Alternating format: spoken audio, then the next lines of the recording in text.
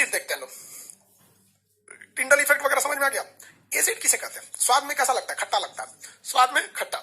हम आपको एसिड वैसे पढ़ना है हम लोग को, स्वाद में कैसा होता है? खट्टा होता है। तो भैया ये तो पहली परिभाषा हो गई कि इनकी स्वाद खट्टी होती है। दूसरी परिभाषा आपको पता है, दूसरी परिभाषा क्या है आपको पता ही है। ये क्या करते हैं भैया, ये नीला लिटमस पेपर जो होता है ना, नीला लिटमस पेपर, इसको ये लोग कन्वर्ट कर देते हैं। किसमें कन्वर्ट कर देते हैं? तो नीला लिटमस पेपर को ये लाल कर देते हैं। याद रखने का तरीका देखो, आपके ऊपर कोई तेजाब फेंकेगा तो आप गुस्सा से नीला होइएगा कि लाल होइएगा? आप सिंपल सा एक जेन्युइन सोचो। अगर कोई नहीं बोलते गुस्सा से लाल हो गया, मान के चलिए कोई तेजाब थोड़ा सा गिरा दिया मेरे कपड़े पर, मेरा कपड़ा जल गया, कहीं सोच रहा 600 रुपया का कपड़ा खराब कर दिया, कितना का है? 500 का है, तो मान के चलिए इसमें गिरा दिया और कट गया, तो हम कहेंगे ना चट्टा कहीं 500 रुपया हमारा बर्बाद कर दिया। तो हम गुस्सा से नीला होंगे कि लाल होंगे? लाल हो जाएंगे गुस्सा से। तो गुस्सा से हम क्या हो जाएंगे? लाल हो जाएंगे, गुस्सा से लाल हो जाएंगे।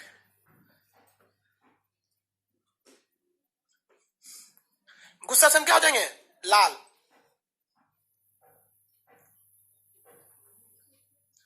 हाँ चलिए, गुस्सा से हम हो जाएंगे लाल, तो नीले लिटमस पेपर को लाल कर देता है। और क्या जानते हैं आप? इसका पीएच कितना होता है? <7।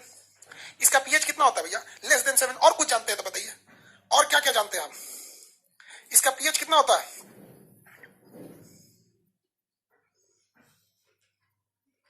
इसका पीएच कितना होता है 7 से कम?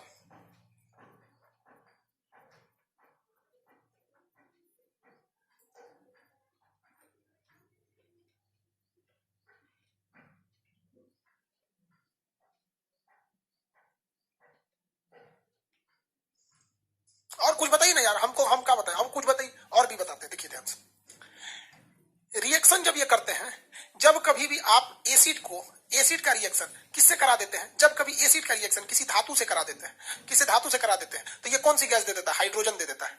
हाइड्रोजन बाहर निकाल देता है। हाइड्रोजन को क्या कर देगा? ये बाहर निकाल देता है। अब इसके एग्जांपल में भी हम आपको बता के दिखाएंगे अभी। लेकिन जैसे आप इसका धातु से क्रिया कराते हैं ना, तो ये क्या करता है? हाइड्रोजन को बाहर निकालता है। अम्ल वे पदार्थ होते हैं जो क्या होते हैं? जल में हाइड्रोजन प्रदान कर देते हैं, घुल के क्या कर देते हैं? हाइड्रोजन दे देते हैं। ये किसने बोला था? आर्हेनियस ने बोला था। इस सिद्धांत किसने बोला था? आर्हेनियस। अम्ल वे पदार्थ होते हैं जो जल में अम्ल से, धातु से क्रिया करके क्या कर देते हैं? हाइड्रोजन बाहर दे देते हैं। एग्जाम्पल देखा जाए, एग्जाम्पल देखते हैं। H2SO4, H2SO4, H2SO4, इसकी क्रिया कराते हैं धातु से, जिंक से। अब बताओ भैया, ये एसिड है, ये क्या है? एसिड है, और ये क्या है? धातु है। आपको पता ही है रिएक्शन के फलस्वरूप ये इसके पास चला जाएगा, ZnSO4 हो जाएगा। क्या निकल गया भैया? हाइड्रोजन निकल गया, हाइड्रोजन निकल गया बाहर। तो इसका मतलब ये हुआ कि अम्ल वे पदार्थ है जो धातु से क्रिया करके हाइड्रोजन गैस देते हैं। इसका मतलब हम ये कह सकते हैं कि अम्ल के अंदर हाइड्रोजन उपस्थित होता है। अम्ल के अंदर हाइड्रोजन उपस्थित होता है, ये हम कह सकते हैं कि नहीं कह सकते? क्यों कह सकते हैं? कि जब आप किसी भी एसिड की क्रिया आप धातु से करा रहे हैं तो हाइड्रोजन गैस निकल रही है, इसके मतलब उसका हाइड्रोजन था। तो हम ये कह सकते हैं कि एसिड में क्या उपस्थित रहता है? एसिड में हाइड्रोजन होता है। जैसे देखिए, HCl क्या है? HCl एसिड है। क्या है भैया? एसिड है कि नहीं है? हाइड्रोजन उपस्थित रहता है। H2SO4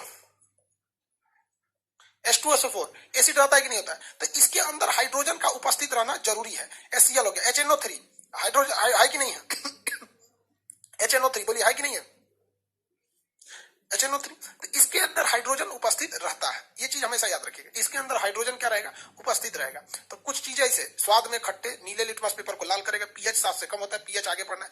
जब ये धातु से क्रिया करते हैं तो हाइड्रोजन गैस देते हैं। इससे यह सिद्ध होता है कि इनके अंदर हाइड्रोजन उपस्थित रहता है। इससे क्या सिद्ध हो जाता है? ऑक्सीजन, हाइड्रोजन उपस्थित रहता है।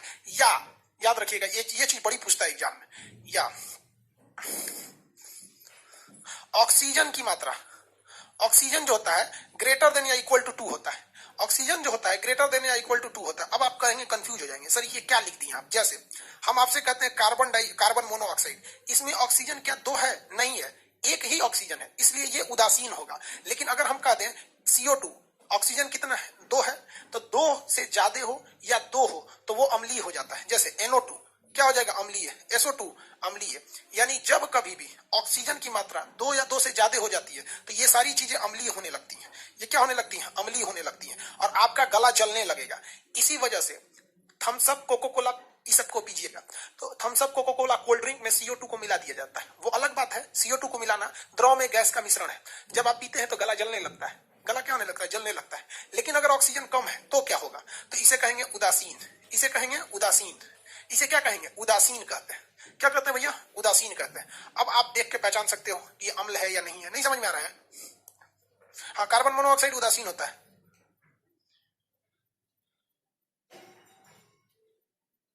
हाँ हाँ, वही वही वही वही भैया। ऑक्सीजन जो है ना 50% से ज्यादा हो गया था। मटेरियल में लिखा होगा 50% से ज्यादा। ऑक्सीजन जो होता है 50% से ज्यादा, तो मतलब 2 से ज्यादा। आप यहाँ देखिए, परसेंटेज तो आप निकाल नहीं पाएंगे। लास्ट टाइम पे है एग्जाम, एग्जाम एकदम सर पे है, तो हम आपको रामबाण न देंगे यहाँ पर कि आप कुश्ती सिखाएंगे। तो आपका कहना बिल्कुल सही है कि 50% से ज्यादा होता है। यहाँ आप 2 या 2 से ज्यादा देखेंगे ना तो आपका काम हो जाएगा। तो अम्ल की ये सब चीजें की पहचान हो जाएगी। आगे बढ़ जाते हैं बउआ, किसी को कोई दिक्कत नहीं है? किसी को कोई दिक्कत नहीं है? अच्छा, अम्ल क्या होते हैं? अम्ल ये क्या प्रदान करते हैं भैया, आप ये बताइए।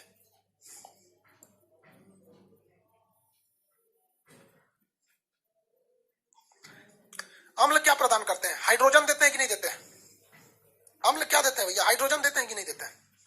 यहां हम लिखे ना कि अम्ल जो होते हैं धातु से क्रिया करके हाइड्रोजन दे देते हैं। हाइड्रोजन क्या होते हैं? दे देते हैं। अम्ल धातु से क्रिया करके हाइड्रोजन दे देते हैं। अम्ल धातु से क्रिया करके हाइड्रोजन को दे देते हैं। अब आप बताइए, हाइड्रोजन का परमाणु क्रमांक कितना होता है? 1H1।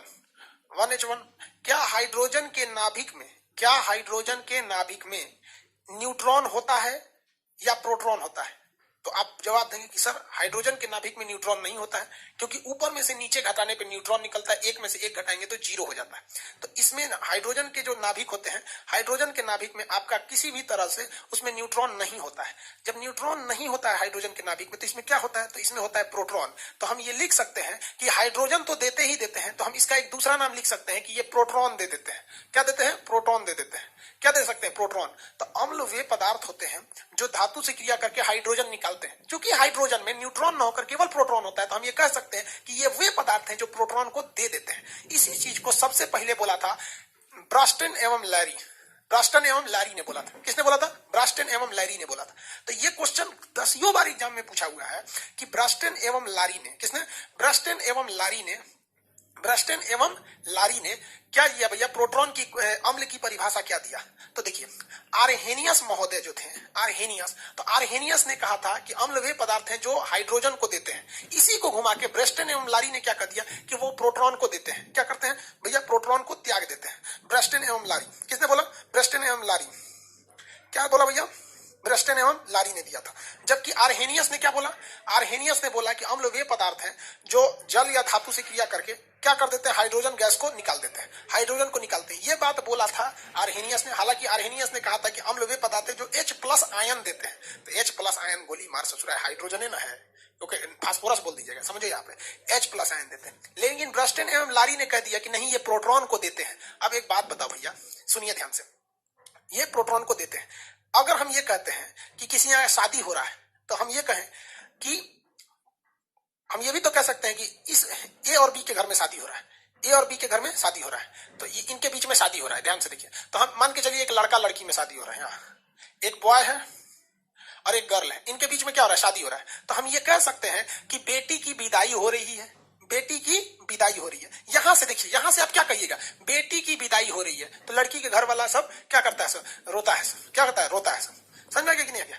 और यहाँ पे लोग खुश होते हैं कि बहू का आगमन हो रहा है, बहू का आगमन हो रहा है। लेकिन अगर आप सही में देखिएगा ना, तो हो क्या रहा है? हो यही रहा है कि भैया कुछ नहीं हो रहा है, ये इसका ट्रांसफर हो रहा है। इसका क्या हो रहा है? ट्रांसफर हो रहा है। ई बकलोलिया का ट्रांसफर 2 नाम से जाना जाता है कि बेटी की विदाई अब पतोह का आगमन, ई सुचरी के 2 नाम है। एक के चीजवा का 2 नाम हो सकता है, एक के चीजवा का 2 हो सकता है, अलग अलग एंगल से देखिएगा। तो देखिए यहां समझिए, ब्रास्टन एवं लारी ने कहा कि अम्ल वे पदार्थ है जो प्रोटॉन को देते हैं। क्या करते हैं? प्रोटॉन को क्या करते हैं? देते हैं। प्रोटॉन को ये ग्रहण नहीं करते, बल्कि प्रोटॉन को देते हैं। तो लुईस नामक एक विद्वान आया था, तो लुईस नामक विद्वान ने कहा दिया कि अम्ल वे पदार्थ होते हैं, अम्ल वे पदार्थ होते हैं जो इलेक्ट्रॉन को ग्रहण करते हैं। जो इलेक्ट्रॉन को क्या करते हैं? ग्रहण करते हैं। जो प्रोटॉन देगा, इलेक्ट्रॉन ग्रहण कर देता है, तो जो इलेक्ट्रॉन को क्या करते हैं? सब ग्रहण करते हैं। तो याद रखिएगा, हमेशा अम्ल वे उसी पदार्थ को कहेंगे जो इलेक्ट्रॉन को ग्रहण करेंगे। तो इनका सिद्धांत याद रखिए कौन कौन सा? आर्हेनियस, ब्रास्टन एवं लारी और लुईस।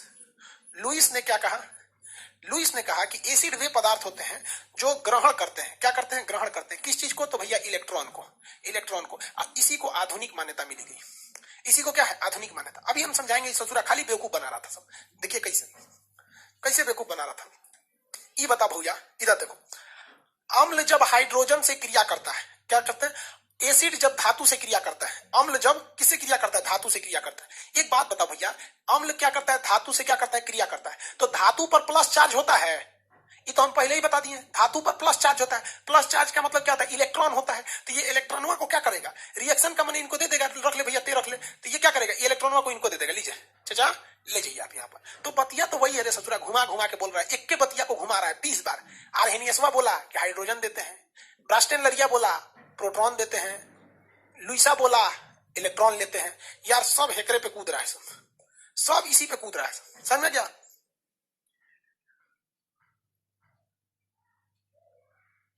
किसी को कोई दिक्कत, किसी को कोई दिक्कत नहीं,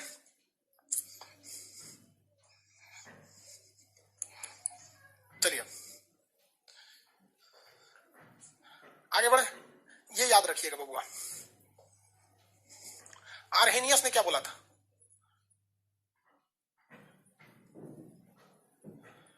आर्हेनियस ने क्या बोला भैया, कि एसिड वे पदार्थ होते हैं जो क्या देते हैं, H+ आयन देते हैं। ब्रास्टन एवं लैरी ने क्या बोला, कि एसिड वे पदार्थ होते हैं जो प्रोटॉन देते हैं, देते हैं, देते हैं, ऐसे जो इलेक्ट्रॉन लेते हैं, इलेक्ट्रॉन लेते हैं। अम्ल की परिभाषा समझ में आ गया, अम्ल की परिभाषा समझने में कोई दिक्कत तो बोलिए, अम्ल की परिभाषा में कोई दिक्कत, कोई दिक्कत,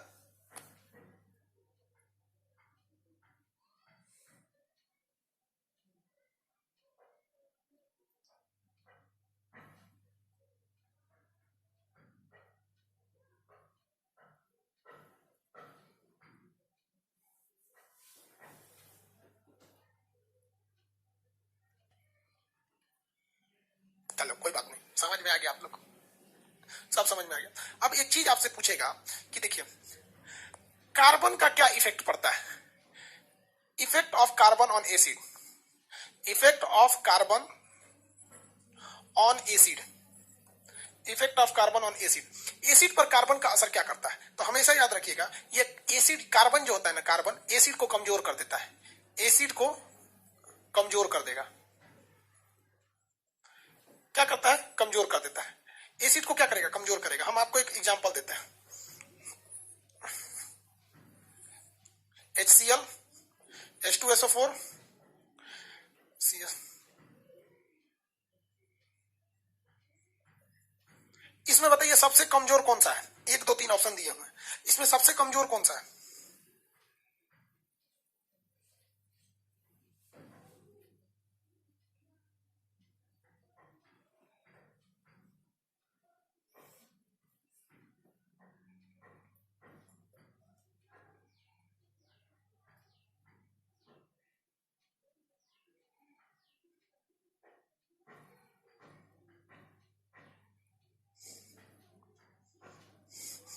अरे भैया तू कोनियन मार रहा है, तू हमें कार्बन दिख रहा है तोरा, घोंचू कहीं का, मोतियाबिंद वाला।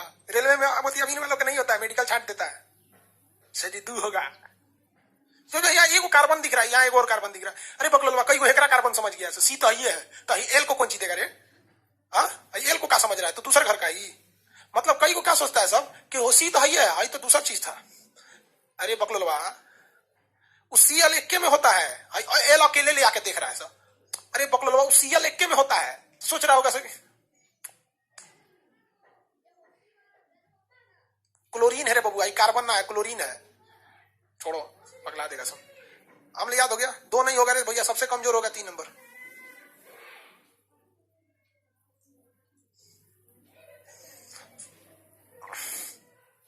अब हम बात करते हैं भस्म की, किसकी बात करते हैं, भस्म की, बेस की, किसकी बात करते हैं, बेस, बेस की, किसकी बात करेंगे भैया, बेस। देखिए बेस को हम लोग कहते हैं भस्म, बेस को क्या कहते हैं, भस्म या राख, नहीं कहते हैं जला के भस्म कर देंगे, जला के हम भस्म कर देंगे। लेकिन जब आप इसको पानी में घोल देते हैं, किसमें घोल देते हैं? जल में। इसमें क्या घोल देते हैं? जल में घोल देते हैं, तो इसे हम लोग कहते हैं एल्कली, यानी क्षार। एल्कली या क्षार कहते हैं। बतिया दोनों बराबर है, सोच रहा पानी घोल दिया तो क्षार हो गया ना, तो भस्म है। दोनों एक ही चीज हो, रखिया घोल दोगे तो भस्म हो जाएगा। दोनों में अंतर समझ में आ रहा है? तो दोनों में कोई खास अंतर नहीं है, इसलिए दोनों में कंफ्यूजन नहीं हुई है, दोनों एक ही चीज है। दोनों में कंफ्यूजन आएगा नहीं, दोनों कैसा चीज है? एक ही चीज है। दोनों कैसा चीज है भैया? एक ही चीज है। अब इनकी भी परिभाषा देखते हैं। उनमें हम क्या बोले थे? अम्ल स्वाद में कैसे होते हैं? देखिए, अम्ल स्वाद में खट्टे होते हैं। अम्ल कैसे होते हैं भैया स्वाद में?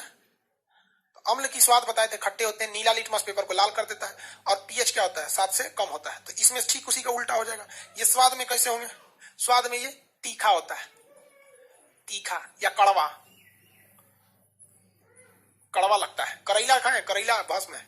अगला देखिए, ये क्या होता है? लिटमस को, लिटमस पेपर को ये क्या करेंगे? लाल लिटमस पेपर को, लाल लिटमस पेपर को ये वापस बदल देते हैं नीला लिटमस पेपर में।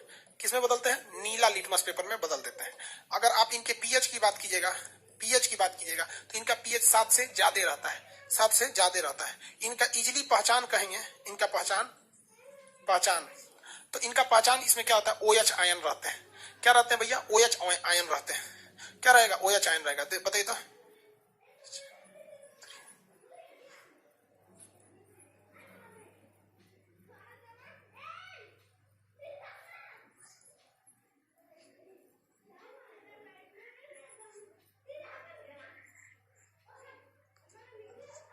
इसमें से कौन सा क्षार है? इनमें से कौन कौन सा है जो क्षार है?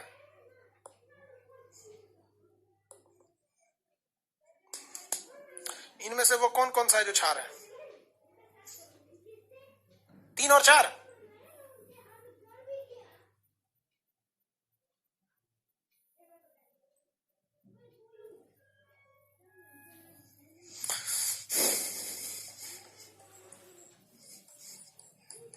भैया तू लोग एक्स्ट्रा काहे सोच लेता है? केमिस्ट्री में एक्स्ट्रा मत सोचो। दावत में बैठा लेके एगो रोटी एक्स्ट्रा खा लेंगे तो कोई दिक्कत हो जाएगा। इनमें एगो तनिको एक्स्ट्रा हुआ तो चौपट हो जाएगा। बबुआ हम यहाँ खाली एगो ओ कहे हैं, खाली एगो ओ और एच। यहाँ सोचा COOH है, वो दूसरा चीज है। वो हम आपको कार्बोक्सिलिक ग्रुप जब पढ़ाएंगे ना IUPAC नेम में, तो उसमें बताएंगे वो दूसरा चीज है। वो क्या है? दूसरा चीज है, उसके पीछे मत पड़ना, गड़बड़ कर देगा वहां पे। तो लड़का सबको दिखा है, अरे सर जी सीधे बोले हैं OH रहना चाहिए ना। OH माने यह क्या OH है? धल एकरे को यहाँ पे। हाँ, अगर मान के चलिए कि किसी महिला से आपकी शादी होगी, यानी कोई महिला आपकी पत्नी बनेगी, तो सब महिला को आप पत्नी नहीं ना समझ जाइएगा भैया, सबको पत्नी ही समझिएगा, मार खा के चलाएंगे, किसी को दिक्कत। तो वो COOH मार देता है, एक्स्ट्रा सोचता है, एक्स्ट्रा गड़बड़ा जाता है। इनका पीएच क्या होगा भैया? 7 से कम होगा। इनका पीएच 7 से कम होता है। इसमें लास्ट में क्या लगा रहता है? OH लगा रहता है। लास्ट में क्या रहेगा? OH लगा रहेगा। ये बता, अरे क्या खुल गया?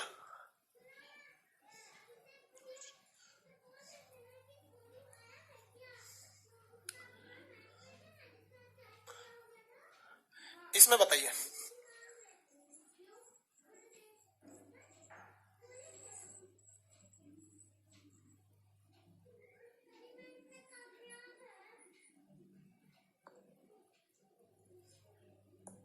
बताइए इसमें कौन सा है?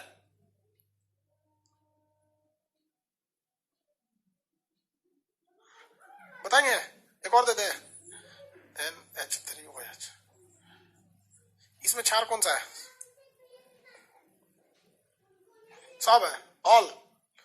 हाँ, अब तो होशियार हो गया सब, कुछ कुछ ऑल है सब।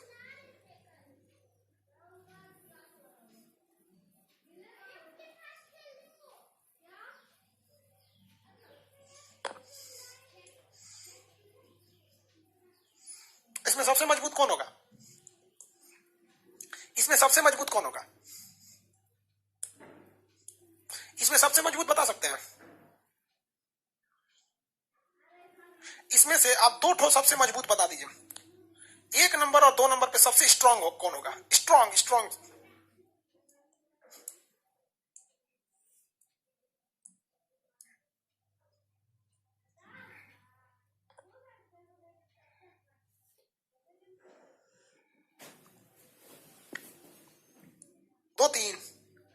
4,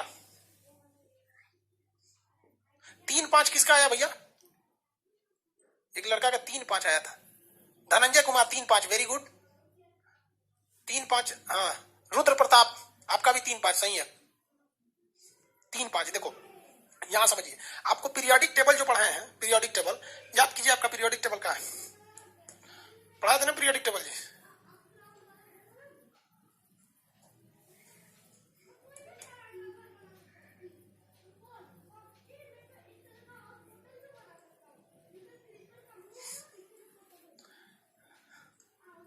आपको देखिए जैसे जैसे नीचे जाएंगे रिएक्टिविटी बढ़ती है, पोटेशियम बहुत ज्यादा रिएक्टिव होता है, उससे थोड़ा सा कम सोडियम होता है। पोटेशियम सबसे ज्यादा रिएक्टिव कौन होता है? पोटेशियम, उसके बाद सोडियम, पोटेशियम उसके बाद सोडियम।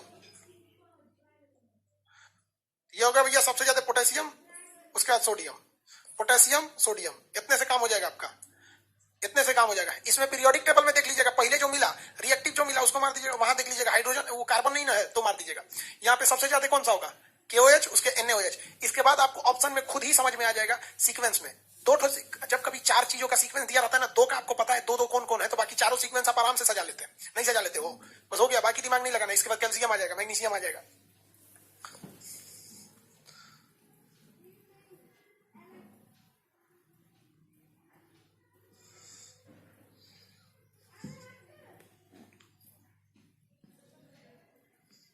अरे ये नहीं होगा यार, अलग हो जाएगा।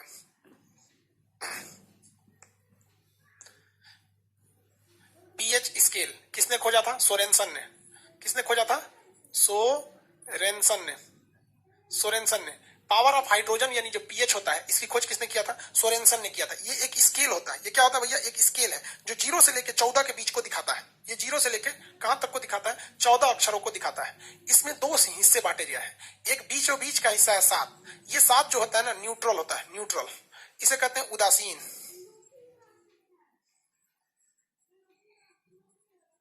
उदासीन कहते हैं, न्यूट्रल होता है। इधर जो होता है भैया ये, और एक होता है इधर होता है ये। इधर वाला जो होता है, इसके इधर 7 से कम, ये एसिड होता है। और इधर वाला जो होता है वो बेस होता है। यानी इधर वाला हो गया क्षार और इधर वाला हो गया अम्ल। ये क्या हो गया? अम्ल हो गया, अम्ल हो गया। किसी को कोई दिक्कत नहीं? आगे बढ़ जाए, किसी को दिक्कत है तो बोलिए। तो ये पीएच स्केल होते हैं सब। पीएच स्केल पर आपको कुछ कुछ चीजों का पीएच आपको जैसे पूछता है, जैसे रक्त का पीएच आपको पता होगा। रक्त का पीएच कितना होता है? 7.4। आपको ये याद रखना पड़ेगा। दूध का थोड़ा सा हल्का क्षारीय होता है, 6.4 हो जाएगा। मानव लार का कितना हो जाता है? 6.5 हो जाता है। तो खून का याद रखिएगा, रक्त का अक्सर पूछता है, रक्त का, मानव रक्त का पूछता है। खून हो जाता है ना 7.4। हाँ ये सब चीजें याद रखिएगा। दूध का 6.4, 7.4 खून का, दूध का क्या हो जाता है? 6.4। दूध का 6.4, थोड़ा सा का अंतर होता है। 6.5 भी आप करेंगे तो चलेगा। खून का कहीं कहीं 7.3 भी रहता है, तो पॉइंट में नहीं घबराना है। अब बस अंदाजा में याद रखिएगा, दूध का 6.4, खून का 7.4। खून का क्या हो जाता है? 7.4। इसको आप थोड़ा थोड़ा सा 4-5 बार देखेंगे ना तभी याद रहेगा। इसको छोड़ देंगे तब नहीं होगा, छोड़ देंगे तो गड़बड़ हो जाएगा। दूध का और लार का दोनों का लगभग सेम होता है। दूध का लार का दोनों का लगभग क्या होता है? सेम होता है। आप अगर बॉडी वेट में देखेंगे ना तो कुछ कुछ चीजों का सेम होगा। जैसे देखिए लार या दूध, इसे बोला मूत्र, खून हो गया। पहले देखिए ब्लड 7.4, खून से थोड़ा सा नीचे दूध या लार, जो लार टपकता है 6.45 के लगभग रहता है। मूत्र ये लगभग 5.5 के आसपास रहता है। मूत्र देखिए तो सब में ना थोड़ा थोड़ा का डिफरेंस आ रहा है। एक एक अच्छा नीचे घटकते जा रहा है, एक एक अच्छा नीचे घटके गया। यहाँ पर ये थोड़ा थोड़ा चीज, नींबू का सिरका ये सब का ज्यादा हो जाता है। अब नींबू तो कुछ ज्यादा ही खट्टा हो जाता है, 2.2 के पास आ जाता है। नींबू और सिरका 2.2, नींबू बहुत खट्टा हो जाता है, 2.2 में आ जाएगा। सिरका भी लगभग 2.2 में आएगा। सिरका 2.4 हो जाएगा, पर 2.2 ही याद रखिएगा वरना एग्जाम में भूल जाएंगे आप। नींबू सिरका बहुत ज्यादा खट्टा होने लगता है, एकदम दांत किनकिना जाता है, तो 2.2 हो जाता है। समझ में आ गया कि नहीं?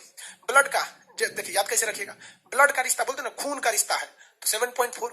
उससे नीचे दूध, जैसे देखिए बहुत से लोग क्या होते हैं, किसी का बच्चा बीमार, जैसे हमारे आपको बताते हैं, हम एक बार हॉस्पिटल में हम एडमिट थे किसी चीज को लेकर, गले में कुछ प्रॉब्लम था, तो वहां हम देखे थे एक मतलब महिला थी, उसके 1 महीने का बच्चा था और महिला बेचारी बहुत सीरियस थी, उसको ऑक्सीजन लगा था। पता नहीं क्यों महिला से ज्यादा माया उस बच्चे पे लग रहा था कि बेचारा अगर वो मर जाएगी तो बच्चा का क्या होगा। और बच्चा बेचारा भूख से परेशान था, वहां पे 1 महीने का बच्चा था।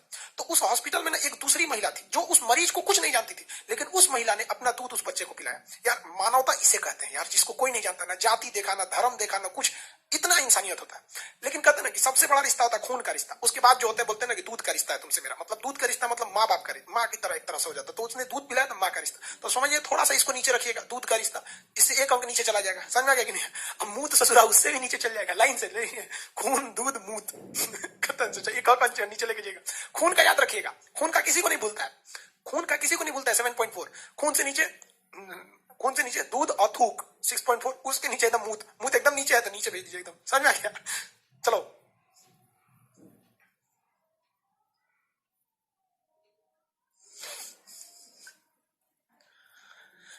एडमिट कार्ड आने लग गया भाई आप लोग का, कल से कल शो करने लगेगा, एडमिट कार्ड कल शो करने लगेगा, ठीक है। चलिए ये तो पीएच हो गया। पीएच निकालने का तरीका क्या होता है? पीएच कितने देर में निकाल सकते हैं आप लोग? पीएच कितने देर में निकाल सकते हैं? 1 सेकंड से ज्यादा लग गया पीएच निकालने में तो धिक्कार है। 1 सेकंड से ज्यादा लग गया पीएच निकालने में तो धिक्कार है। पीएच क्या होता है देखो, पीएच इज इक्वल टू होता है minus log H plus ion, minus log H plus ion. अब इसको निकालने के अलग अलग तरीके होते हैं, अलग अलग पूछता है यहाँ पर। जैसे कहेगा, देखिए ध्यान से, कहेगा किसी विलयन में यानी किसी लिक्विड H प्लस आयन की सांद्रता 10 के पावर -3 है। -3 दिख रहा है, चुपचाप मार दीजिएगा pH 3। क्यों 3 मारिएगा? क्योंकि pH ससुरा माइनस में होता है, ये तो 0 से इसमें जाएगा, 14 से आगे नहीं जाएगा, 0 से कम नहीं जाएगा। जितना पावर देख लीजिएगा, हचाक से मारिएगा pH, जितना पावर देखिएगा हचाक से मारिएगा pH। माइनस के पावर को प्लस में बदल दिएगा, pH खत्म, कोई दिमाग नहीं लगाना है। जो ससुरा दिमाग लगाएगा फेल होके आएगा। हम आपको बोलते हैं pH निकालिए, H प्लस आयन की सांद्रता 10 के पावर -4 है, pH कितना होगा? लिखने से पहले आंसर कितना हो जाएगा? pH 4 हो जाएगा। pH कितना हो जाएगा? 4 हो जाएगा। हम कहते हैं एक विलियन है जिसका जो ऐसे लिखा है 1 नॉर्मल विलियन HCl है, हाइड्रोजन नॉर्मल विलियन HCl 1/10 है। इसका pH बता दीजिए, बताइए इसका pH। कुछ ना कुछ आपको इशारा दे रहा है, कुछ ना कुछ इशारा कर रहा है, कुछ ना कुछ इशारा कर रहा है, कुछ ना कुछ। ये बताइए इसका क्या होगा?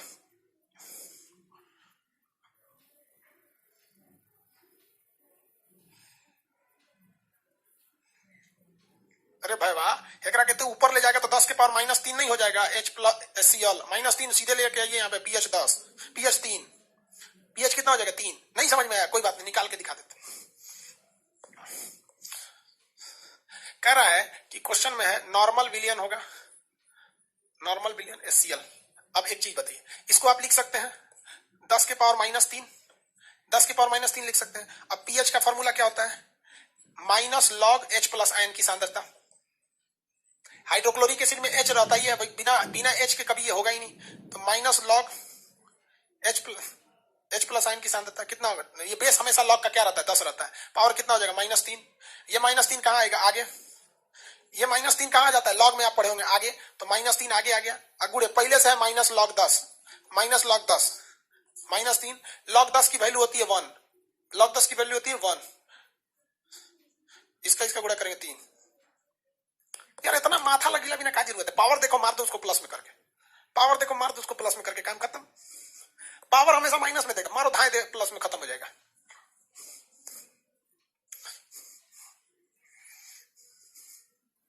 यहां देखिए क्वेश्चन देखते हैं।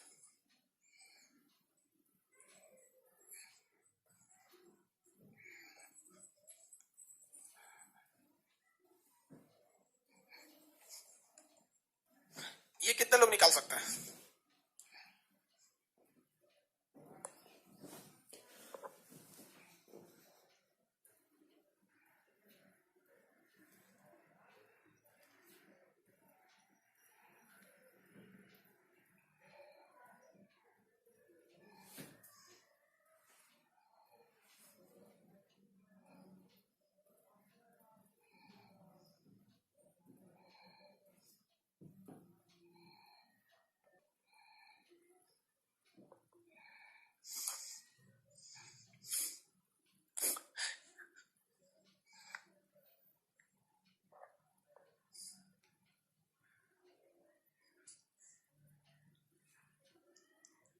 निकल गया।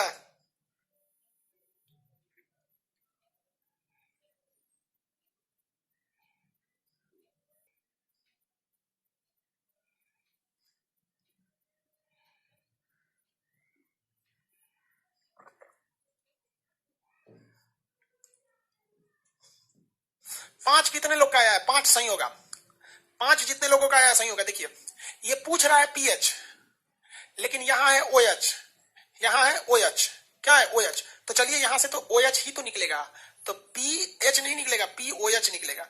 पीओएच कितना निकलेगा? 9, पीओएच निकलेगा 9। कई बोलेगा पीओएच मार दिया। अब देखिए ध्यान से समझिएगा, पीएच में जब कभी भी आप पीओएच जोड़ते हैं तो ये टोटल आता है 14, पीएच में जब पीओएच जोड़ते हैं तो 14 आता है। आप कहेंगे कैसे? तो देखो भैया ध्यान से, मेनली इसी पार्ट को हम पीएच कहते हैं और इस वाले पार्ट को पीओएच कहते हैं, क्योंकि क्षार में ना हमेशा ओएच पाया जाता है और अम्ल में हमेशा H प्लस पाया जाता है। तो जब कभी भी आप पावर ऑफ हाइड्रोजन यानी पीएच और पावर ऑफ हाइड्रोक्सी यानी ओएच को जोड़ेंगे तो 7 + 7 14 हो जाता है, 7 + 7 14 हो जाता है। तो यहां देखिए, यहां हमें क्या निकला है? OH निकला है। क्या निकला है? OH निकला है। OH कितना आया? 9 आया है। अब हमको पता है कि पीएच और पीओएच जोड़ते हैं तो 14 आता है, ये पीएच हमको पता ही नहीं है, इसकी वैल्यू 9 आई है, यहाँ 14, तो पीएच कितना हो जाएगा?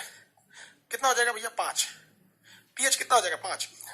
तो आप थोड़ा सा ये ध्यान रखिएगा, पीएच दिया है कि पीओएच दिया है, और आपको इसकी एक पहचान बताते हैं। ससुरा 7 से आगे पीएच नहीं जाता है, 7 से आगे जाता है तो समझिएगा इससे जो गड़बड़ हो रहा है, ये ओएच में चला गया है। ट्रिक समझिएगा, अगर आपका आंसर 7 के ऊपर जा रहा है, ध्यान देखिए ना, अगर आपका आंसर 7 से ऊपर जा रहा है तो भैया आप एच को छोड़ दिए, आप तो ओएच में आ गए।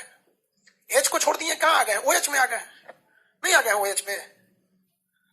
किसी को दिक्कत?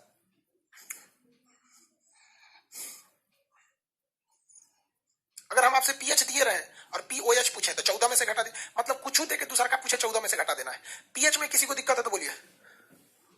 अरे यार अपोहन क्या होता है? वो किडनी में पढ़ना है, डायलिसिस होता है अपोहन। किडनी जो डायलिसिस होता है ना, किडनी द्वारा खून छानता है, डायलिसिस अपोहन बोलते हैं उसको। पूछ मार ले अपोहन क्या होता है।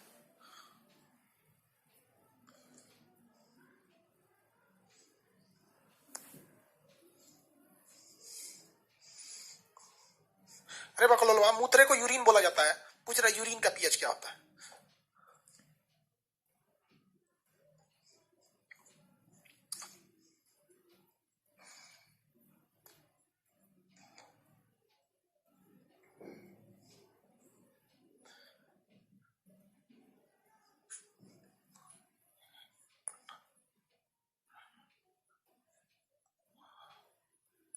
ये देखते हैं कितने लोग निकाल सकते हैं। देखिए, यदि H प्लस आयन की सांद्रता 1/10,000 है तो पीओएच बताइए। इसमें पीएच पूछ ही नहीं रहा है, पीओएच पूछ रहा है। इसमें पीएच नहीं पूछ रहा है, पीओएच पूछ रहा है।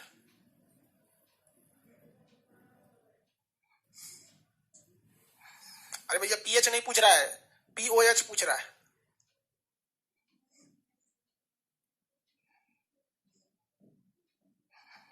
हाँ 10 आंसर आना चाहिए, सही है।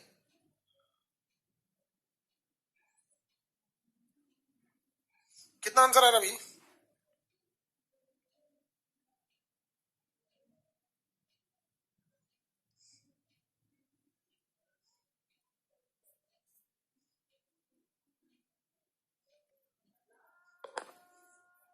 दस। देखिए H प्लस आयन की सांद्रता को ऐसे दिखाते हैं, ये कह रहा है कि 10 के पावर -4 है, क्योंकि नीचे से ऊपर भेजेंगे तो -4 हो जाता है, यानी पीएच जो हो जाएगा वो 4 हो जाएगा, पीएच होगा 4 हो जाएगा। आपको पता है जब कभी आप पीएच में क्या जोड़ देते हैं, पीओएच को जोड़ देते हैं तो ये बन जाता है 14। क्या बन जाता है? 14। 14 बन गया। अब देखिए यहाँ पीएच जो है ये कितना है? 4। अब पूछ क्या रहा था? पीओएच पूछ रहा था, बराबर कितना है? 14। तो ये देखिए पीओएच बराबर 14 - 4 बराबर 10। कितना हो जाएगा? 10।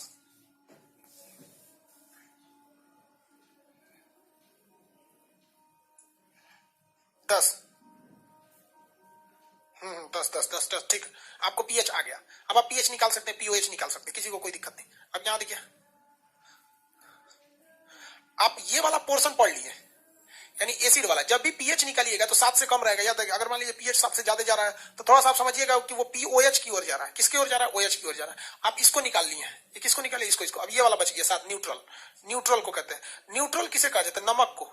नमक जो होता है ना न्यूट्रल में आ जाता है। ना सोचा ना तीता लगता है ना वो खट्टा लगता है, वो नमकीन लगता है। क्या लगता है? नमकीन। कैसा लगता है? नमकीन। जैसे अगर आप बहुत मीठा खा लिए तो आपको मन बताने लगा मीठा खा लिए बहुत, और तीता खा लिए हनाने लगेंगे, और नमकीन खा लेंगे कहीं दूर सोचा ये अलग टेस्ट है, तो नमकीन लगता है। न्यूट्रल यानी नमक, साल्ट, नमक या लवण, ये कैसे होते हैं भैया? तो ये होते हैं उदासीन। इनका पीएच जो होता है वो होता है 7, और ये होते हैं भैया उदासीन। ये होते हैं भैया उदासीन। ये बनते कैसे हैं? जब कभी भी आप किसी एसिड को जोड़ दीजिए किसी बेस से तो बन जाएगा भैया क्या चीज? नमक। क्या बनेगा? नमक। और बदले में आपको मिलेगा पानी, बदले में मिलेगा पानी। तो भैया ये भी उदासीन और जल भी उदासीन। शुद्ध देखो भैया यहाँ पहले लिखे हैं नमक का पीएच 7, जल का पीएच 7, यानी ये हो गए दोनों उदासीन, दोनों हो गए सब उदासीन, दोनों हो गए सब उदासीन। तो अम्ल और क्षार इनके क्रिया से, ये था ससुरा अम्ल, ये था ससुरा क्षार, इन दोनों की क्रिया से दोनों हो गए सब उदास। तो इसे कहते हैं उदासीनीकरण, न्यूट्रिफिकेशन। उदासीनीकरण, न्यूट्रिफिकेशन। आप बताइए तो HCl क्या है? एसिड है या अम्ल है या क्षार है? HCl क्या है? अम्ल है या क्षार है? सबको पता है भैया अम्ल की पहचान हाइड्रोजन होती है, अम्ल है। NaOH क्या है? सबको पता है भैया OH रहेगा तो क्या हो जाएगा? क्षार हो जाएगा। हाइड्रोजन रहेगा तो अम्ल हो जाएगा। यही ना पता है भैया सबको कि किसी को और भी कुछ पता है? देखिए अब इसके फलस्वरूप क्या होगा, इसके फलस्वरूप बनेगा क्या? तो क्या बनेगा भैया आप यहाँ ध्यान दीजिए, इसमें ये सोडियम इससे जाके दोस्ती कर लेगा तो बन जाएगा NaCl, बन गया नमक, प्लस ये जाके इससे कर देगा हाइड्रोजन से, तो एगो हाइड्रोजन, दो हाइड्रोजन H2O, नमक बन गया, पानी बन गया। ये था अम्ल, ये था क्षार। यानी जब कभी भी किसी एसिड से किसी बेस का रिएक्शन कराते हैं तो आपको नमक मिलता है जो खुद ही उदासीन होता है और साथ ही पानी भी मिलता है जो दोनों भी उदासीन हो जाता है। इसलिए पूरे रिएक्शन को हम उदासीनीकरण की अभिक्रिया या न्यूट्रिफिकेशन कहते हैं, क्योंकि इससे न्यूट्रल हो जाता है। तो एसिड एंड बेस के रिएक्शन को हम न्यूट्रिफिकेशन रिएक्शन के नाम से जानते हैं। क्या कहते हैं? न्यूट्रिफिकेशन रिएक्शन के नाम से जानते हैं। न्यूट्रिफिकेशन। धीरज पाल, गुस्सा आ रहा है? काय लिए गुस्सा आ रहा है बबुआ? काय लिए गुस्सा आ रहा है? शादीशुदा हो क्या? नमक ये समझ में आ गया? नमक दो टाइप के होंगे सब, देखिए ध्यान से आप। नमक दो टाइप के, कई टाइप के ससुरा नमक होते हैं, लेकिन आपको एग्जाम में 3 टाइप का पूछेगा। कितना टाइप का? 3 टाइप का एग्जाम में पूछेगा। पहला पूछेगा साधारण नमक, साधारण सिंपल साल्ट, साधारण नमक। दूसरा पूछेगा द्विलवण, साधारण लवण। नमक को क्या कहता है? लवण कहता है।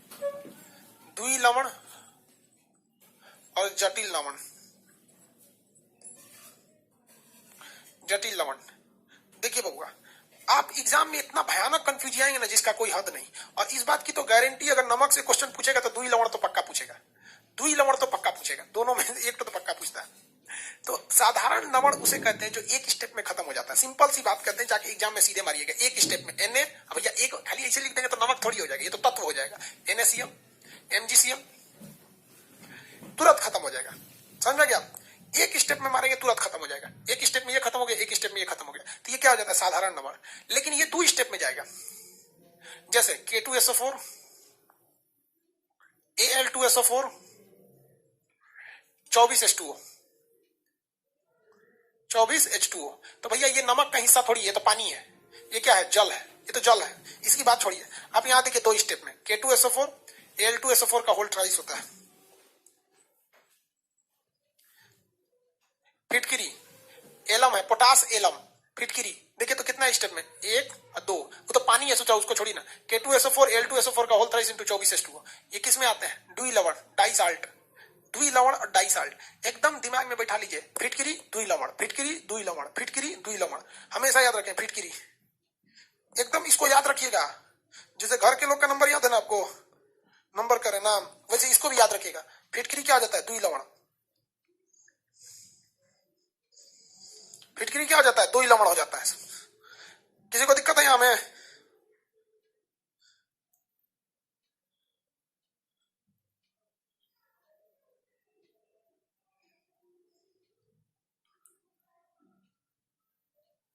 इसके बाद क्या आता है भैया? कॉम्प्लेक्स लवण, कॉम्प्लेक्स साल्ट। कौन सा आएगा? Complex salt, complex salt. जटिल लवण, जटिल लवण।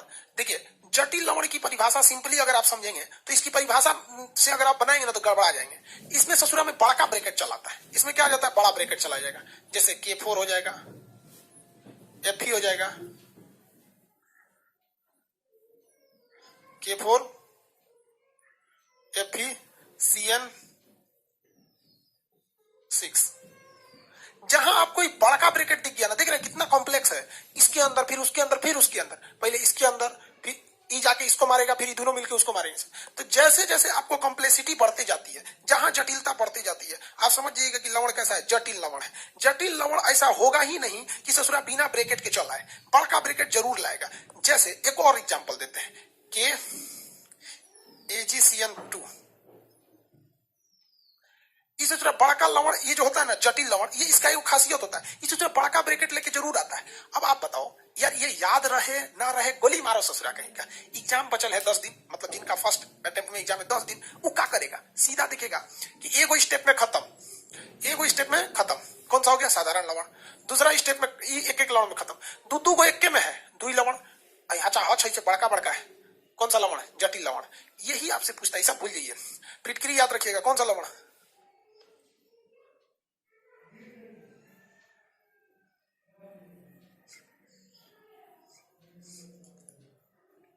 किसी को दिक्कत है?